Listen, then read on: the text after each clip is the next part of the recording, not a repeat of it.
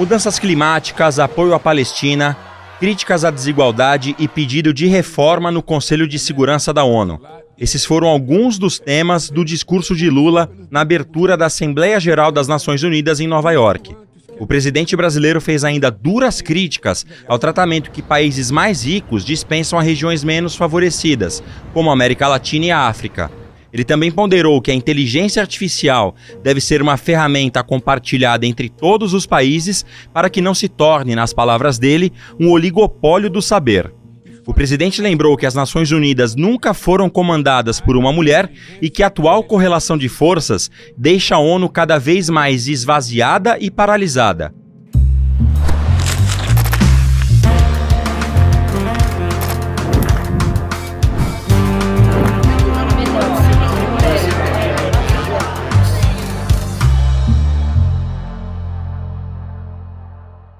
Olá, seja muito bem-vinda e muito bem-vindo ao Videocast em Detalhes, o seu videocast diário que sempre traz um assunto relevante do momento. Nós vamos falar hoje sobre o discurso que o presidente Lula fez ontem na abertura da Assembleia Geral da ONU.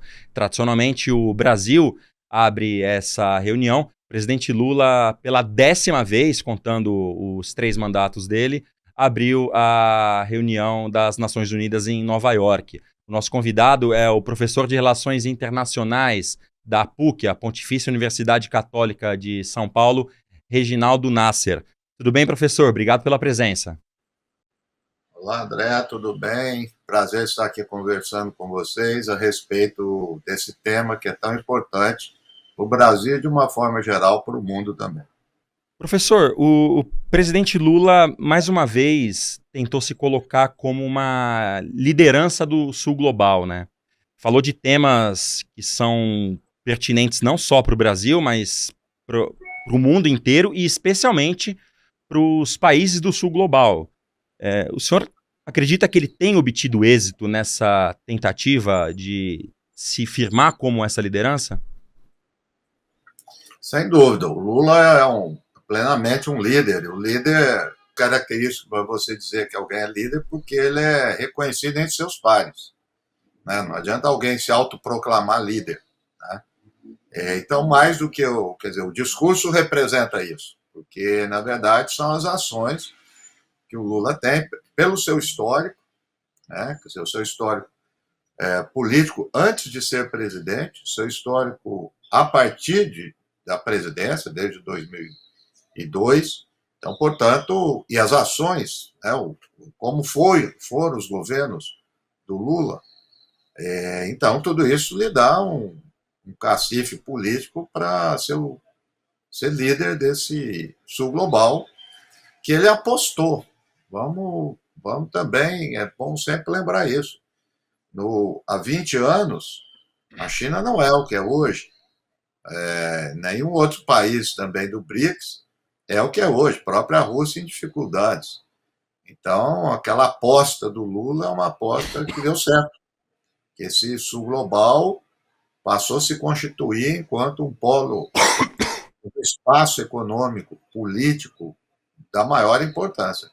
Então, sim, o Lula representa e realmente ele falou para esse sul global.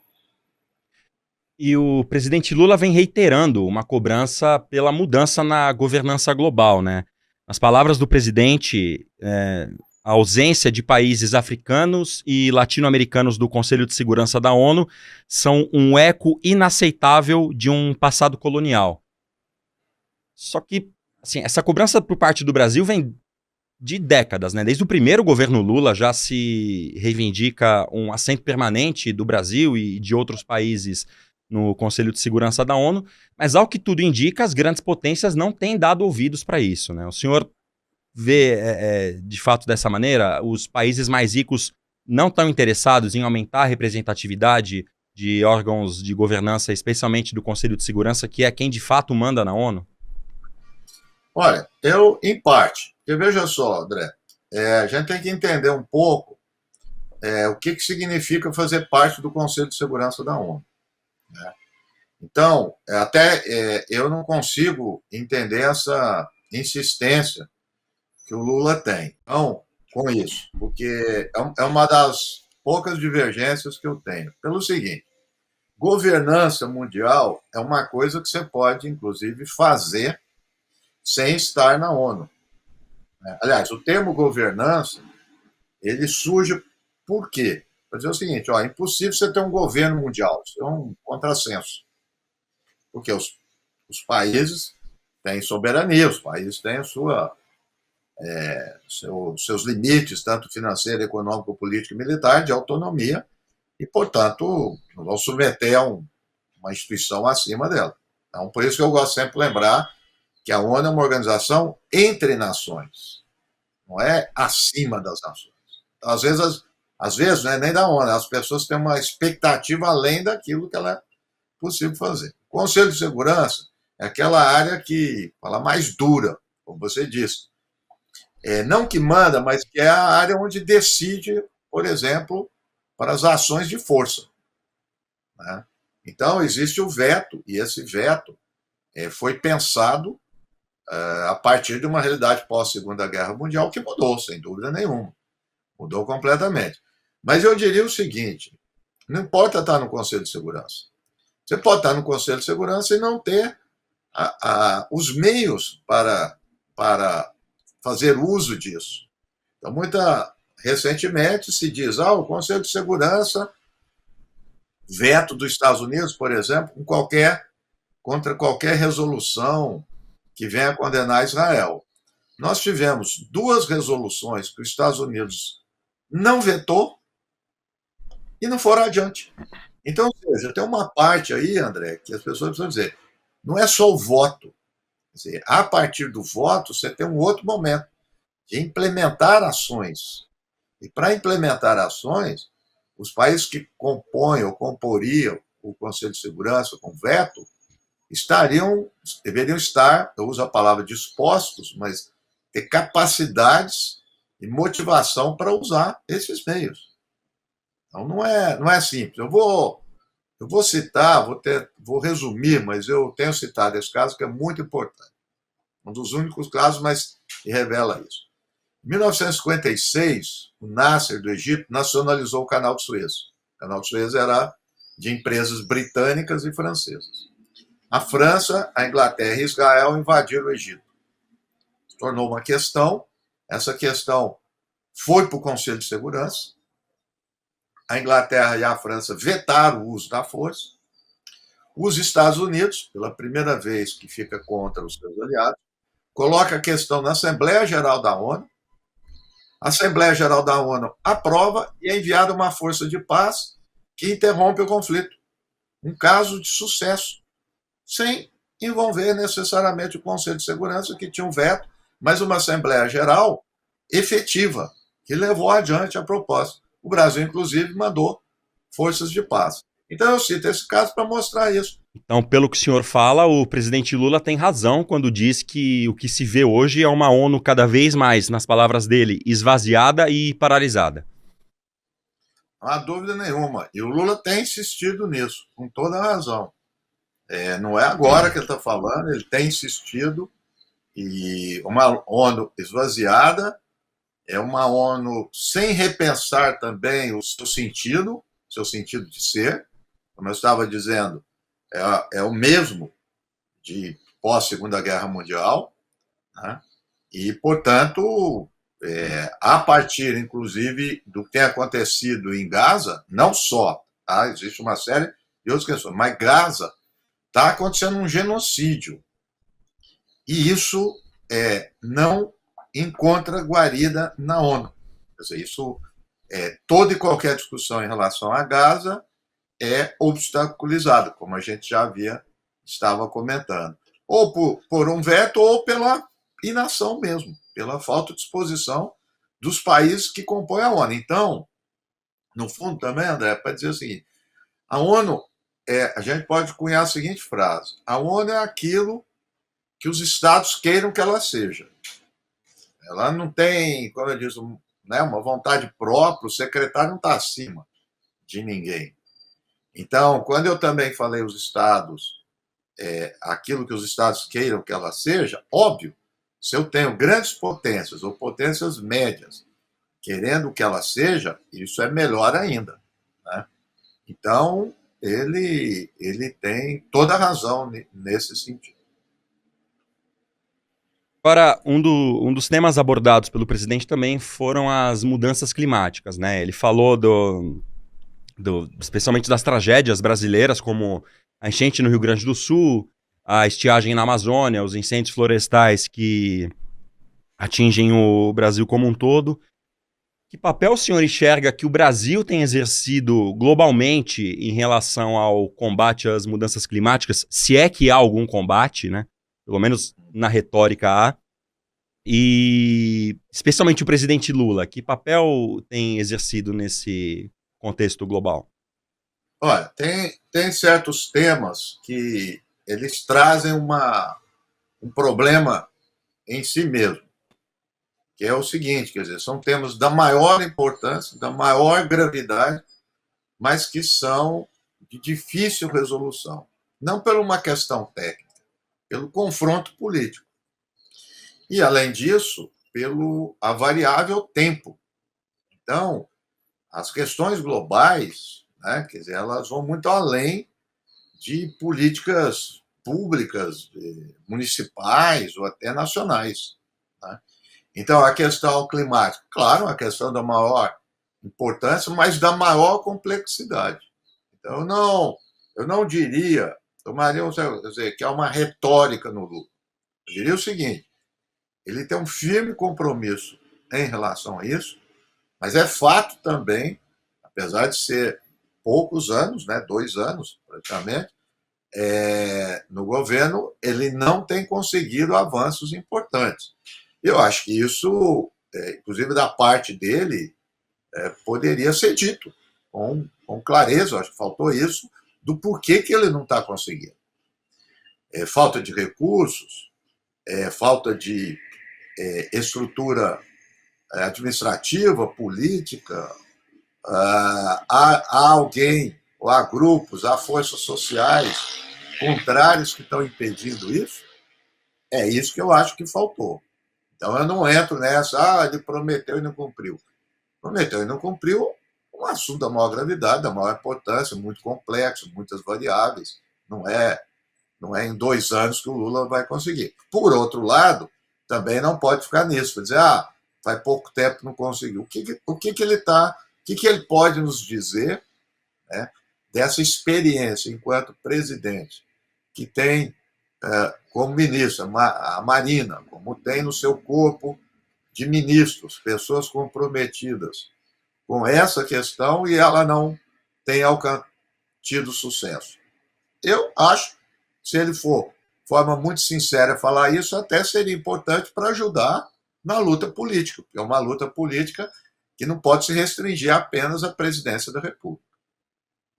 E, ao mesmo tempo, é um pouco emblemático que o presidente tenha apontado essas questões sobre a tragédia climática no Brasil, sendo assistido em loco por Arthur Lira, presidente da Câmara dos Deputados, e Rodrigo Pacheco, presidente do Senado Federal, né? Justamente. É esse o ponto que precisa ser enfrentado, porque todo mundo sabe que isso não que é coisa do Congresso. Então, claro, eu até entendo, não estou sendo ingênuo aqui dizer, o Lula vai arrumar briga com o Congresso. Ok, mas ao mesmo tempo vai há de infinito acobertar o Congresso. Então precisa ter um certo equilíbrio na ação política, que ele é um político, não sou eu que vou dizer isso, mas ele está precisando esse outro lado. Esse outro lado está faltando. Sei que não vai romper nem os chefes da casa, Senado e coisa. Seria uma irresponsabilidade. Mas a gente precisa fazer alguma coisa, porque do jeito que está, não dá. Quer dizer, está afetando a saúde de todos nós, né? Está acabando com biomassa, o meio ambiente, todo mundo. Eu não preciso. Hoje essa questão é tão evidente, interessante, André. Há um tempo atrás você precisava fazer uma longa explicação. Hoje não, qualquer pessoa na rua, de qualquer lugar do Brasil, sabe perfeitamente o que está acontecendo. Então, isso, inclusive, facilitaria essa luta política, que ele teria apoio da opinião pública. E, professor, quando o presidente Lula cita conflitos armados no mundo, defendendo a inviolabilidade do território ucraniano, apesar de defender também uma saída mais conciliadora para o conflito com a Rússia, e afirmando que o ataque do Hamas em território israelense foi um ato terrorista, apesar de também classificar Israel como um Estado que tem utilizado do direito de vingança e não do direito de defesa, o direito, evidentemente, entre aspas, o senhor acha que ele está falando um pouco para o público interno diante da situação política do Brasil com uma oposição ruidosa e numerosa de extrema-direita? Olha, André, eu acredito que, em termos de posicionamento político, de discurso, eu entendo que o Lula não está olhando muito para isso, não. Em termos de ações, sim. Então vamos lá. Em termos de posicionamento político, o Lula sempre teve essa posição. Não foi agora. E qual é? Defender aquilo que é o princípio da Carta da ONU, que é o princípio básico do direito internacional, né, que é a integridade territorial de um Estado reconhecido internacionalmente. Então, quando a Rússia invadiu, ele condenou.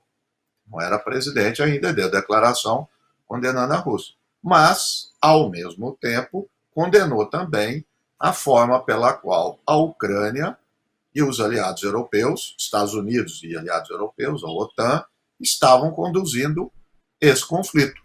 Quer dizer, que todos estavam pensando apenas em armar a Ucrânia e não em propor qualquer acordo de paz. Ele tem toda a razão. Quer dizer, e ele disse também, e tem toda a razão, quer dizer, que antes de iniciar a invasão da Ucrânia, quer dizer, poderia ter sido evitado no outro tipo de negociação. Né?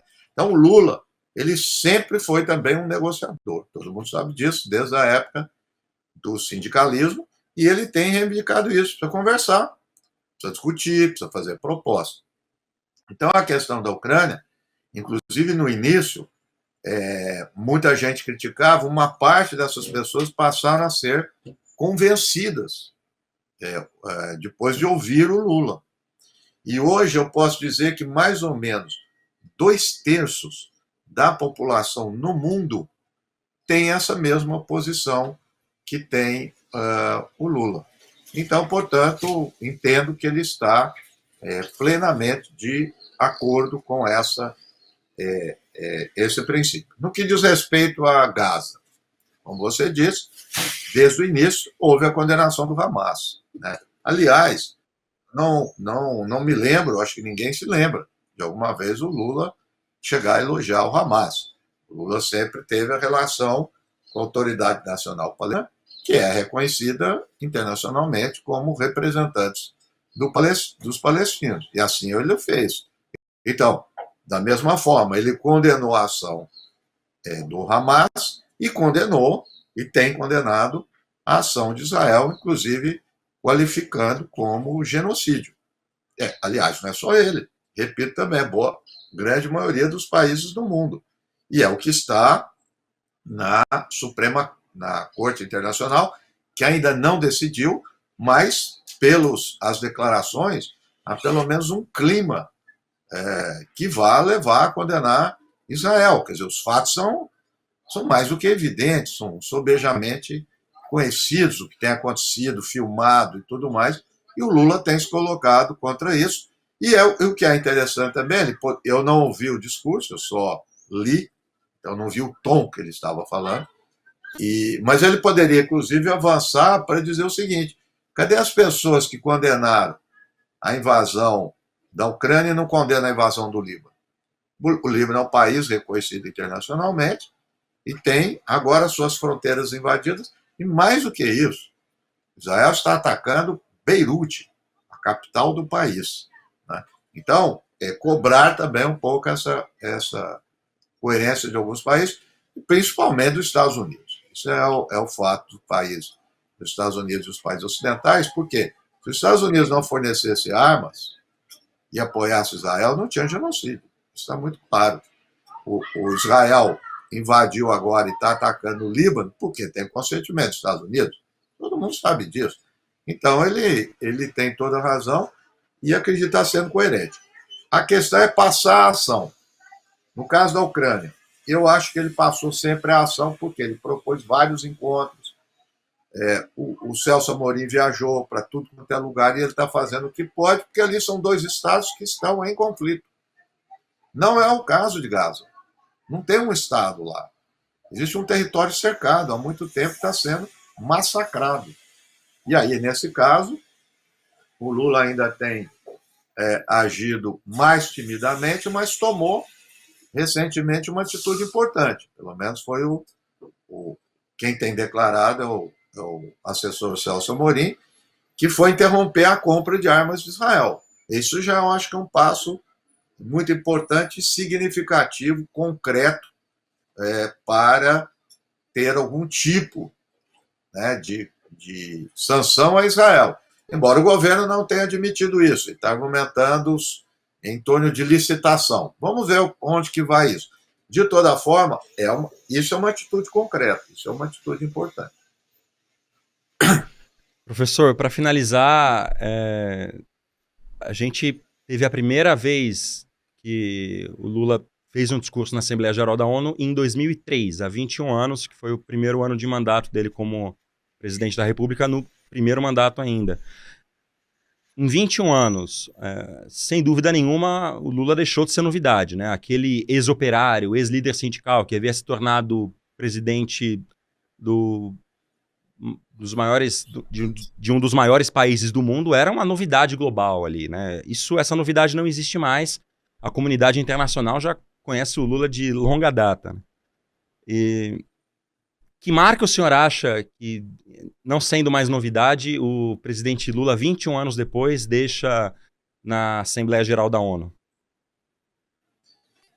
Em parte, eu destacaria aquilo que nós já conversamos. Eu acho que o Lula, como você diz, 2006, um pouco antes, o Lula sempre apostou nesse que hoje está consolidado, que é o Sul Global.